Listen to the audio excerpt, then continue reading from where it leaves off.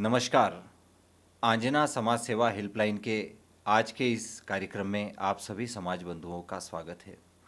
साथियों, आज से हम एक नई सीरीज़ जिसे कर्मयोगी आपने हमने मिलकर नाम दिया है। इस कर्मयोगी सीरीज़ के माध्यम से समाज के उन बेटे बेटियों को जिन्होंने अपने संघर्ष को और अपने संघर्ष से अपने जीवन को बनाया है और किसी मुकाम पर पहुँचे हैं, आज हम ये सीरीज़ शुरू करने जा रहे हैं। उसका कारण बस इतना है कि समाज की जो नई प्रतिभाएं हैं, समाज के जो नए युवा बेटे बेटियां हैं जो अपने भविष्य के सपने संजो रहे हैं, उनको एक नई दिशा मिले, नई राह मिले और वो अपने सीनियर्स से और उनकी जीवन यात्रा से कुछ सीख कर अपने लिए बेहतर करे, समाज के लिए बेहतर करे और देश के लिए बेहतर करे। तो इसी सीरीज़ में हमारे आज के मेहमान हैं डॉक्टर प्रज्ञा अंजना। डॉक्टर प्रज्ञा अंजना पेशे से फिजियोथेरेपिस्ट हैं और फिजियोथेरेपी में गोल्ड मेडलिस्ट हैं। तो चलिए आज के कार्यक्रम की शुरुआत करते हैं डॉक्टर प्रज्ञा से। डॉक्टर प्रज्ञा, बहुत बहुत स्वागत है आपका आंजना समाज सेवा हेल्पलाइन के आज के इस कार्यक्रम में। जी धन्यवाद।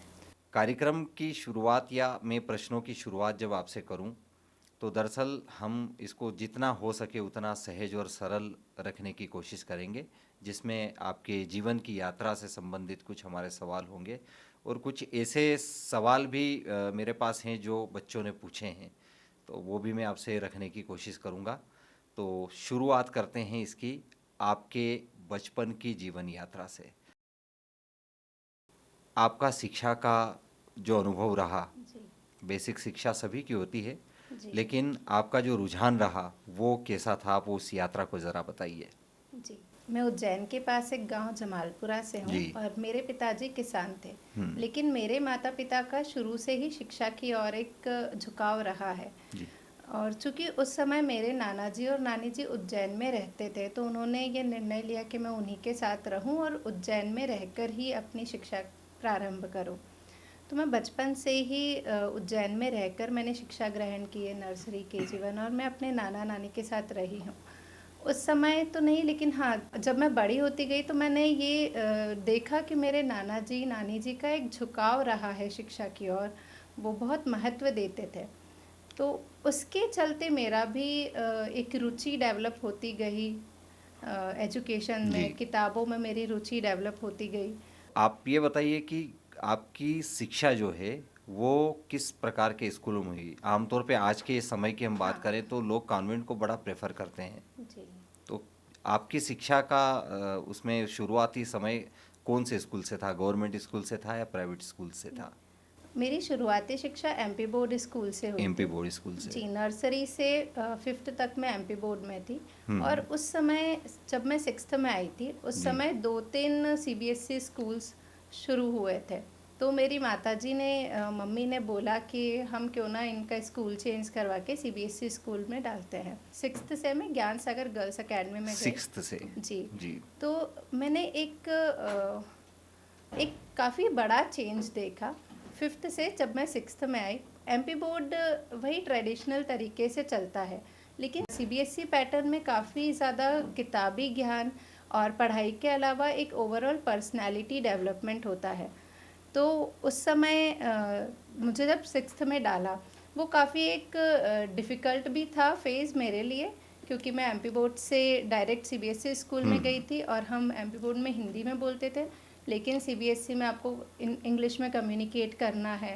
ये कई सारी चीज़ें थी और ग्रोथ भी मेरी वहाँ से बहुत ज़्यादा हुई, क्योंकि एज अ चाइल्ड, वो बचपन था ना मेरा, मुझे बहुत सारी नई नई चीज़ें वहाँ से सीखने को मिली। तो काफ़ी अच्छी ग्रोथ मेरी हुई, ओवरऑल पर्सनालिटी डेवलपमेंट हुआ।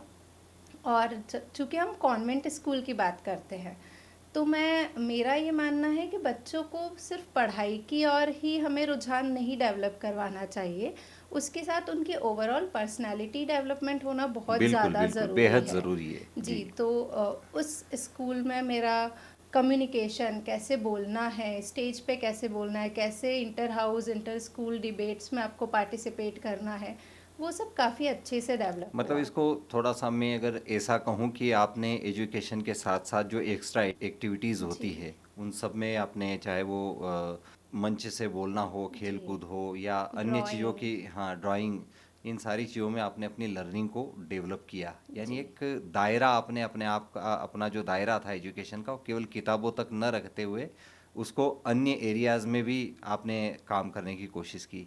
जी। ये निहायत ही ज़रूरी भी होता है। बहुत ज़्यादा मेरा ये मानना है कि बच्चों में एक से दो एक्स्ट्रा करिकुलर एक्टिविटीज़ होना बहुत ज़्यादा ज़रूरी है। जी जी। ये उनका माइंड तो शार्प करती ही है, लेकिन आजकल के इस दौर में जब बहुत ज़्यादा स्ट्रेस एंजाइटी है, अगर आपके पास कोई एक्टिविटी, मान लीजिए स्केचिंग है, सिंगिंग है, डांसिंग है, तो उन एक्टिविटीज़ से आप उन चीज़ों से भी फ्री रह सकते हैं। डाइवर्ट हो जाता है डाइवर्ट माइंड, हो या एक जाता है मतलब मन। दिमाग को काम मिल जाता है, ऐसा कह लें। यस। आपकी जो शिक्षा, बेसिक शिक्षा की हमने बात की, उसमें कैसे आप इंस्पायर हुए वो आपने बताया। इसके बाद जो एक डॉक्टर बनने की कहानी, एक यात्रा जो आपकी हुई, जी। इसमें किसका सबसे ज़्यादा झुकाव था, सबसे ज़्यादा किसका मतलब आपको फोर्स था, इसको फोर्स भी कह सकते हैं, या फिर किसकी ऐसी मन की चाह थी? मेरे नाना जी का बहुत ज़्यादा सपोर्ट रहा है। वो, अच्छा। जैसे एक उदाहरण देती हूँ, इंग्लिश जब मैं सीख रही थी तो वो हम्म। बोलते थे कि तुम अच्छा इंग्लिश में बोलने लगोगी तो तुम्हें सोनिया गांधी जी से मिलाएंगे। तो मैं घंटों अच्छा। मिरर के सामने प्रैक्टिस करती थी। वैसा ही वो चाहते थे कि मैं कुछ करूं, आगे चल के ये जो पढ़ाई में ले रही हूँ इसका मैं कहीं ना कहीं इस्तेमाल करूं। हम्म। तो वो मुझे बोलते थे डॉक्टर बनना है, इंजीनियर बनना है। उस समय हम डॉक्टर संजय भुरास्कर जी के पास बहुत जाते थे। तो वो काफ़ी एक अच्छी पर्सनैलिटी थी, बहुत काम थी, मतलब उनको देख के मतलब ही उनको आप। देख देख के आपके हाँ, अंदर ये भाव आया कि वही इस फील्ड की ओर जाना वही चाहिए। उनको देख के ही पेशेंट ठीक हो हम्म। जाते थे। उनको देख के मुझे लगा कि नहीं, इस फील्ड की ओर मुझे जाना चाहिए, और इसमें बहुत बड़ा योगदान मेरे नाना जी का रहा है, क्योंकि वो एक सपना आपके मन में हर रोज़ डालते थे। तो वही चीज़ मैंने अपने मन में बूंदती गई मैं कि मुझे इस फील्ड में जाना है। ये तो आपका सफ़र रहा, फिर आपकी रुचि बनी। जी। अब इस यात्रा में संघर्ष कैसा रहा, ये ज़रूर दर्शक या जो आज के हमारे समाज के बेटे बेटी हैं, वो कोई ना कोई तो इस फील्ड में इस संघर्ष से जूझ रहा होगा।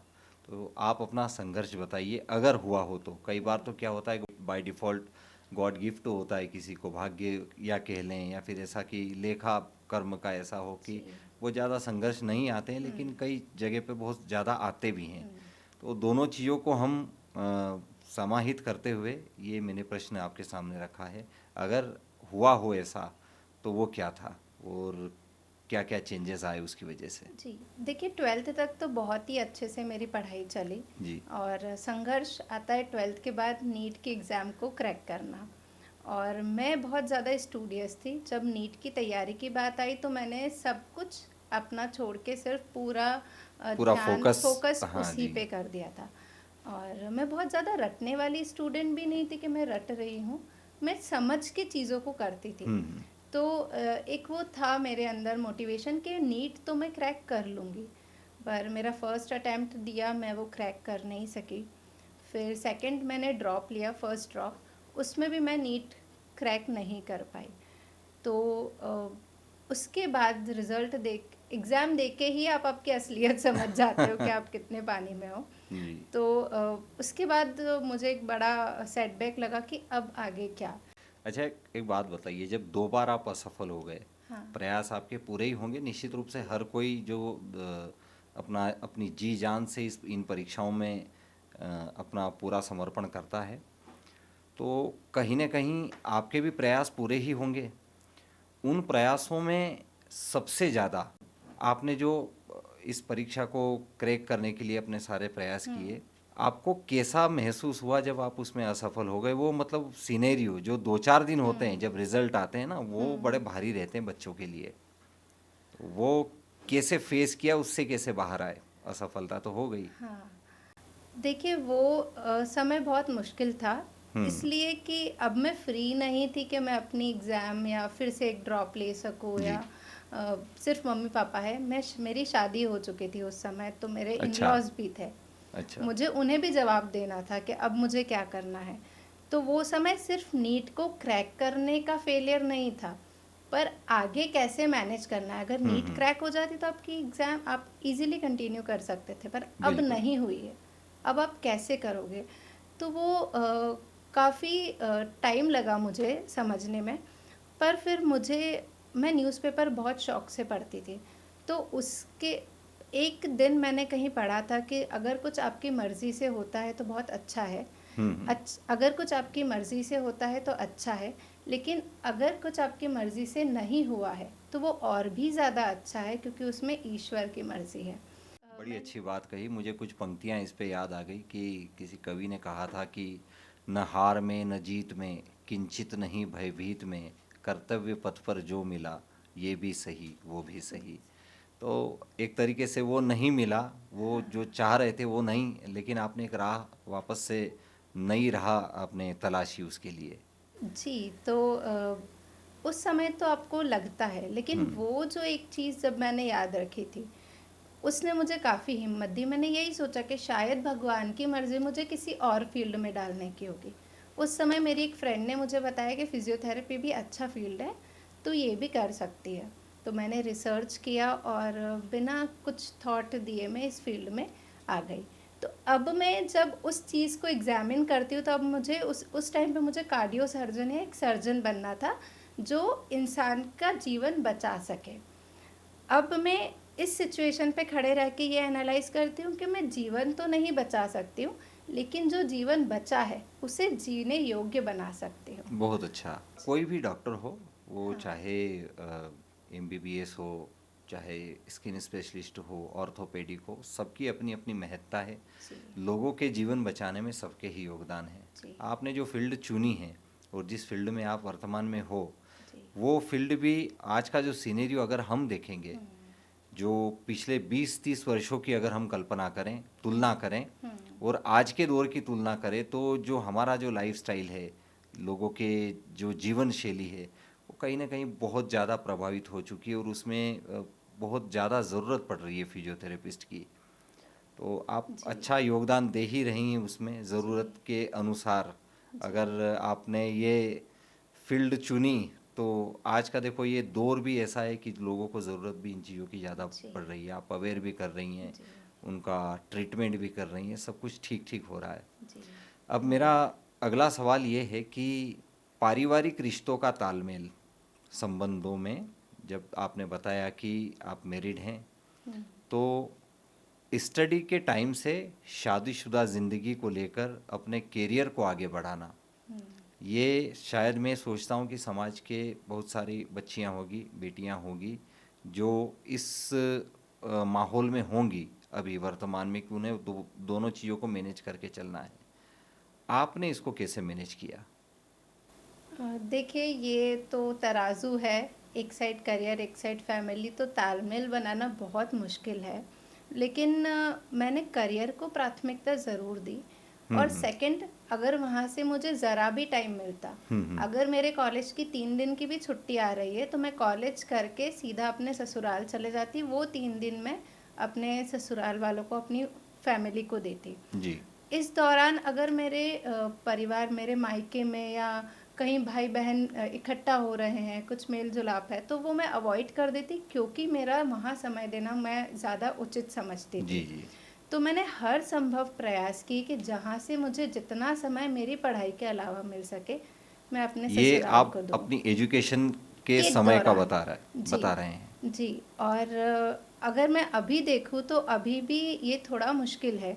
अब मेरा एक बेटा है, तो मैं जैसे ही अपने क्लिनिक से फ्री होती हूँ, मैं उसे टाइम देने का प्रयास करती हूँ। अच्छा। मेरे हस्बैंड हैं, तो मैं अगर उन्हें पूरा समय अपना नहीं भी दे पाऊँ, तो कुछ समय मैं उन्हें डेली ज़रूर देती हूँ, ताकि उनकी मेंटल टेंशन या स्ट्रेस कुछ रिलीफ़ हो जाए, एक आपसी हाँ, वार्तालाप से। बातचीत से एक संवाद जब जी। बना रहता है तो सहजता निश्चित रूप सहजता। से आती ही जी। है। तो मैं फिज़िकली चाहे उन लोग के आसपास नहीं रह पाऊँ, लेकिन मेंटली मैं हर एक इंसान के पास रहूँ, ये मेरा प्रयास रहता है। हर संभव प्रयास मेरा यही रहता हमने है। आपके बचपन को जाना, जी। बचपन की शिक्षा को जाना, जी। फिर आपके फेल्यूर्स जो आपने बताए, जी। फिर आपके डॉक्टर बनने तक की बात आई। अब आप एक क्लिनिक रन करती हैं। जी। फिजियोथेरेपिस्ट के रूप में लोगों का ट्रीटमेंट करती हैं, कैसा लगता है अब? बहुत सुकून है, शांति है। इस फील्ड में कौन सी ऐसी चीज़ है जो आपको ज़्यादा सुकून देती है? जैसे आप एक क्लिनिक रन कर रहे हो, आपको सब कुछ खुद से हैंडल करना है, उसके साथ पारिवारिक जिम्मेदारियाँ हैं। सामान्य सी बात जी। है, आप पे बहुत ज़्यादा लोड है, लेकिन अगर आपका पेशेंट बोल दे कि आज पेन नहीं है, हाँ आज मूवमेंट अच्छा अच्छा। हुआ, आज चलने में आसानी हुई, आज सिर दर्द नहीं हुआ, तो वो जो छोटी छोटी चीज़ें हैं वो आपका भारी भरकम बोझ एक सेकंड में ख़त्म कर देती है। तो वो चीज़ें मुझे काफ़ी स्ट्रेंथ भी देती है इस क्लिनिक को रन करने के लिए। पेशेंट के रिव्यूज़, पेशेंट का ठीक होना मेरे लिए बहुत ज़्यादा मायने रखता है और उसी से मुझे बहुत स्ट्रेंथ मिलती है। देखिए, दर्द अगर किसी को हो तो दर्द तो दर्द ही होता है, वो उसको जी। कम ज़्यादा की कंपैरिजन पे हम नहीं जाते हैं। लेकिन इसमें एक फिजियोथेरेपी जो है बड़ा एक विस्तृत दायरा है इसका, जी। क्योंकि शरीर के जितने अंग हैं, जितने मसल्स हैं, जितनी हड्डियां हैं, जी। जितने जॉइंट्स हैं, सबसे कहीं ना कहीं फिजियोथेरेपी का संबंध है। जी। आप अपनी स्पेशलिटी या फिर वो कौन सा ट्रीटमेंट है जो आपको, जो आपका हुनर, जो आपने जो सीखा, वो उसको जल्दी ठीक कर देता है? देखिए, ट्रीटमेंट तो बहुत तरह के होते हैं, हम्म। लेकिन जो एक प्रॉब्लम में ज़्यादा ठीक करने में यकीन रखती हूँ वो है हेडेक। हेडेक। मुझे पेशेंट के हेडेक ठीक करने में बड़ा सर दर्द कम करने में बड़ा मज़ा आता है। ये जो दुनिया है वो सर दर्द देती है, हाँ। लेकिन मुझे पेशेंट का सिर दर्द ठीक करना बड़ा अच्छा लगता है और वो मैं काफ़ी इफ़ेक्टिवली ठीक कर देती हूँ। ये सबसे अच्छा एक ट्रीटमेंट मुझे लगता है। चलिए, हम धीरे धीरे इस वार्ता को आगे बढ़ाते हुए जी। नए नए आयाम इस कर्म योगी सीरीज के माध्यम से, जैसे हमने आज आपसे हम संवाद कर रहे हैं, वैसे ही समाज के जो अन्य बेटे बेटी हैं जो विभिन्न पदों पर रहकर, व्यापार व्यवसायों में रहकर, या अपनी एक अलग जीवन शैली उन्होंने सामाजिक सेवा के माध्यम से बनाई हो, अपने आप को जिन्होंने डेवलप किया हो, उन सबकी कहानी इस सीरीज़ के माध्यम से सुनाने जा रहे हैं। आज आपका पहला ये पॉडकास्ट कह लो, इंटरव्यू कह लो, या फिर एक संवाद कह लो, इसमें समाज के लिए आप क्या देखते हैं? समाज के बेटे बेटियों को क्या संदेश देना चाहते हैं? मैं अपने समाज के युवाओं में बहुत अपार संभावनाएं देखती हूँ। मतलब हमारे जो युवा है वो बहुत कर्मठ है, बहुत जल्दी कुछ भी ग्रास्प करते हैं। तो मैं उन्हें यही कहना चाहूँगी कि जो आपका बहुत क्रूशियल टाइम फेज़ है, जो 16 से 20 वर्ष का जो बहुत इम्पोर्टेंट समय होता है, वो आप आपकी रुचि डेवलप करने में लगाएं। एक चीज़ मुझे बहुत खलती है जब मैं किसी सामाजिक कार्यक्रम में जाती हूँ, मुझे बहुत सारे युवा लड़कियाँ और लड़के वहाँ मिलते हैं और घंटों 2-2 4-4 घंटे वो उसी फंक्शन में रहते हुए मुझे दिखते हैं। तो मुझे ऐसा लगता है कि ये बहुत इम्पोर्टेंट समय है आपका, आपकी लाइफ के लिए देने का, बजाय रेडी होके फ़ोटो खींच के उनको एडिट करके अगले दिन पोस्ट करने में बहुत समय लगता है। और वो बहुत क्रूशियल समय आप हर किसी फंक्शन में, हर दूसरे तीसरे हर हफ्ते एक फंक्शन में वो आप समय दे रहे हो। तो एक लाइफ का जो बहुत इम्पॉर्टेंट टाइम है, आप एक ऐसी जगह दे रहे हो जहाँ से आपको कुछ नहीं मिलना है।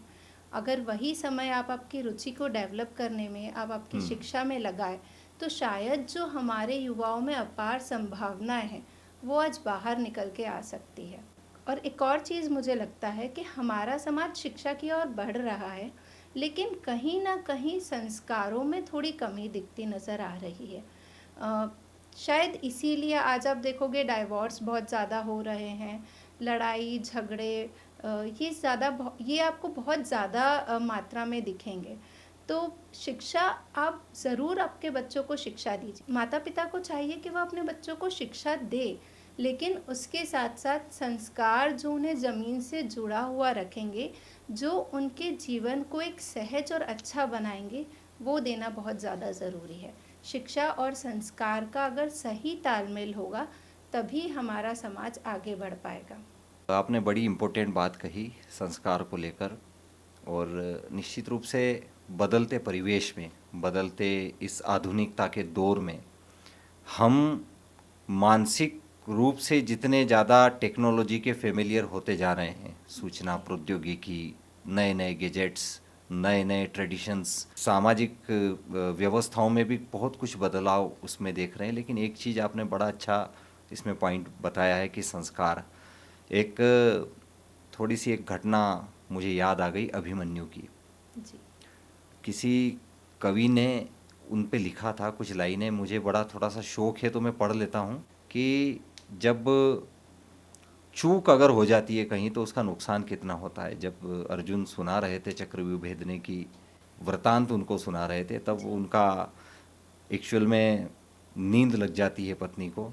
अंदर गर्भ में अभिमन्यु है, अधूरी कहानी सुनी जी। और अधूरा चक्रव्यूह भेदन का जो उनका ज्ञान था वो उन्होंने सुना। तो उसके परिणाम स्वरूप क्या हुआ आप हम सब जानते ही हैं। तो किसी कवि ने लिखा था कि न संस्कार में क्षरण रहे, धुंधला न कोई आवरण रहे, कोई माँ हो गर्भ अवस्था में सुंदरतम वातावरण रहे, चूक हुई तो जाने क्या क्या दर्द उठाना पड़ता है, मुझसे पूछो इसका कितना मूल्य चुकाना पड़ता है। अभिमन्यु ने उस मरणासन्न अवस्था में इस बात को कहा था कि ये जो चूक मेरे लिए हुई, ये काश उस वक्त थोड़ी सी चूक नहीं होती तो मैं इस महाभारत का परिणाम बदल देता। संस्कार एक तरीके से प्रयोगशाला है जीवन के आधार को बनाने की, और उस जी। प्रयोगशाला में हम कहीं ना कहीं, जैसा आपने बताया कि थोड़े से उसमें सुधार की ज़रूरत है। चलिए इस यात्रा को और हम थोड़ा आगे बढ़ाते हैं और कुछ छोटे छोटे से इस संवाद के अंतिम दौर में आपसे प्रश्न करते हैं। जी। पहला प्रश्न ये कि हर किसी को ज़रूरत पड़ती है कि कोई उसका हाथ थाम कर आगे बढ़ाए, कोई उसको राह बताए। जी। भटकन बड़ी है जीवन में। जी। ऐसे दौर में, जिस दौर में एजुकेशन को लेकर और ख़ासकर से महिला शिक्षा को लेकर इतना ज़्यादा रुझान नहीं था, आप उस दौर के पले बढ़े हैं और उस दौर में आपने शिक्षा प्राप्त की, तो क्या इंस्पिरेशन रही आपकी? एक तो नाना नानी का आपने बताया। हाँ, मेरे नाना नानी और मेरे माता पिता जी। और मेरे पति, ये मेरे लिए बड़ा एक इंस्पिरेशन रहे, क्योंकि हम्म। इन्होंने मेरे पीछे बहुत कुछ त्याग दिया है। तो इनको देख के मुझे कुछ करना है, ये मेरे लिए एक इंस्पिरेशन रही। उसके साथ साथ मेरे एक और आइडियल रहे मेरे मामा अनिरुद्ध आंजना। मैंने बचपन से उनको देखा है, वो एक काफ़ी क्रिएटिव पर्सनालिटी जी। थे। तो वो पढ़ाई भी अच्छा करते थे, उनकी हैंडराइटिंग भी अच्छी थी, वो ड्राइंग भी करते थे, वो sketching, drawing, guitar, singing, dancing, वो एक मल्टी टैलेंटेड पर्सनालिटी थी। मैं हर दिन उनको देखती थी और मुझे ऐसा लगता था कि मुझे भी ऐसा कुछ डायनामिक पर्सनालिटी बनना है। तो एक वो भी मेरे लिए इंस्पिरेशन रहे हैं। एक दूसरा सवाल, ये भी छोटा सा ही है और मैं चाहूँगा कि आप छोटा सा ही जवाब इसका जी। दें। जी। वैसे इतना जो अभी जवाब दिया था आपने वो काफ़ी ठीक है। है, काफ़ी ठीक है ना। इंस्पिरेशन की बात हमने कर दी।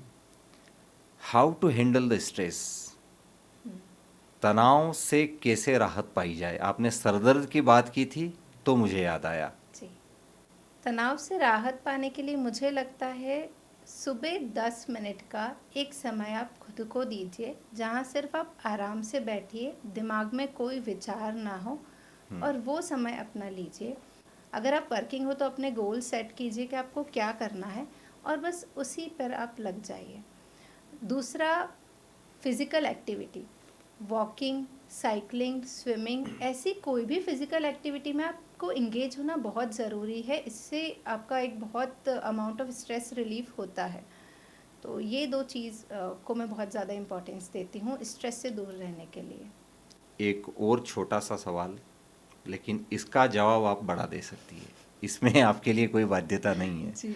दरअसल आज हम आपसे रूबरू हो रहे हैं, आपसे बातचीत कर रहे हैं, जी। आपने जीवन के अनुभवों को साझा किया, पेशेंट्स के अनुभवों को साझा किया, बीमारियों से संबंधित बातें बताई। आज हमारे समाज में या हर जगह पे माता बहनें कमर दर्द से बड़ा पीड़ित है। जी। उनको बड़ा ये रहता, मतलब अधिकतर सुनने में यही आता है। आप अगर ऑर्थोपेडिक्स के यहाँ, डॉक्टर्स के यहाँ देखेंगे तो अधिकतर बैक जो पेन के लोग पेशेंट्स। हैं वो बैक पेन के पेशेंट्स हैं।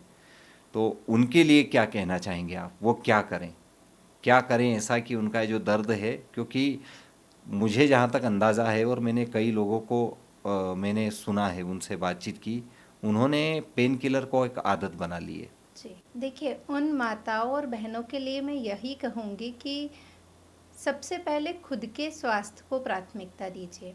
हमारी माताएं बहनें सबको प्राथमिकता देगी, परिवार को, अपने काम को, अपने घर का एक एक कोना साफ करने को, पर अपने स्वास्थ्य को प्राथमिकता नहीं देते। जी।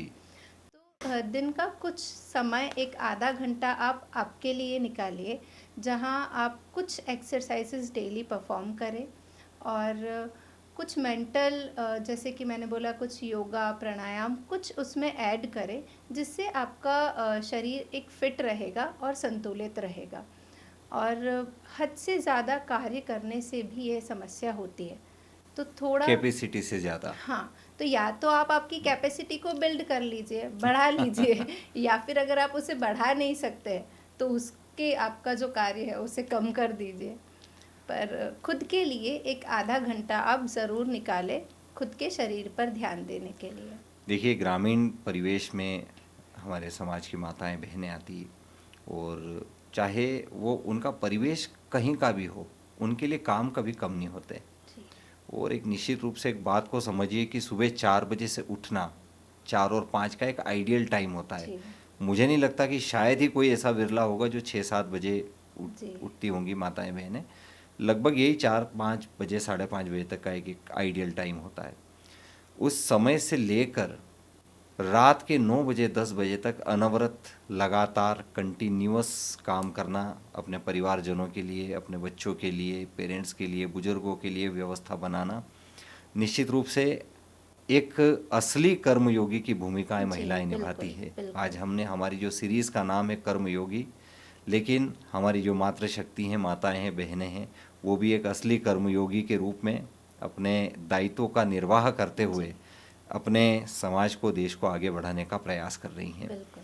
तो हमारे लगभग सवाल जो हैं समाप्त हो चुके हैं, जी, और मौका मिलेगा तो दोबारा आपसे रूबरू होंगे। तो साथियों, आज हमने आंजना समाज सेवा हेल्पलाइन के माध्यम से इस कर्मयोगी सीरीज़ के पहले एपिसोड में डॉक्टर प्रज्ञा अंजना से बात की। डॉक्टर प्रज्ञा अंजना ने अपने जीवन की कहानी, संघर्ष की कहानी, पारिवारिक तालमेल और समाज के प्रति अपनी जिम्मेदारी के निर्वहन के साथ ही समाज की महिलाओं के लिए और सभी लोगों के लिए बड़े अच्छे संदेश दिए। उनका बहुत बहुत धन्यवाद हम करते हैं। प्रज्ञा जी, आपका बड़ा धन्यवाद है कि आपने इस कार्यक्रम के लिए हमें समय दिया।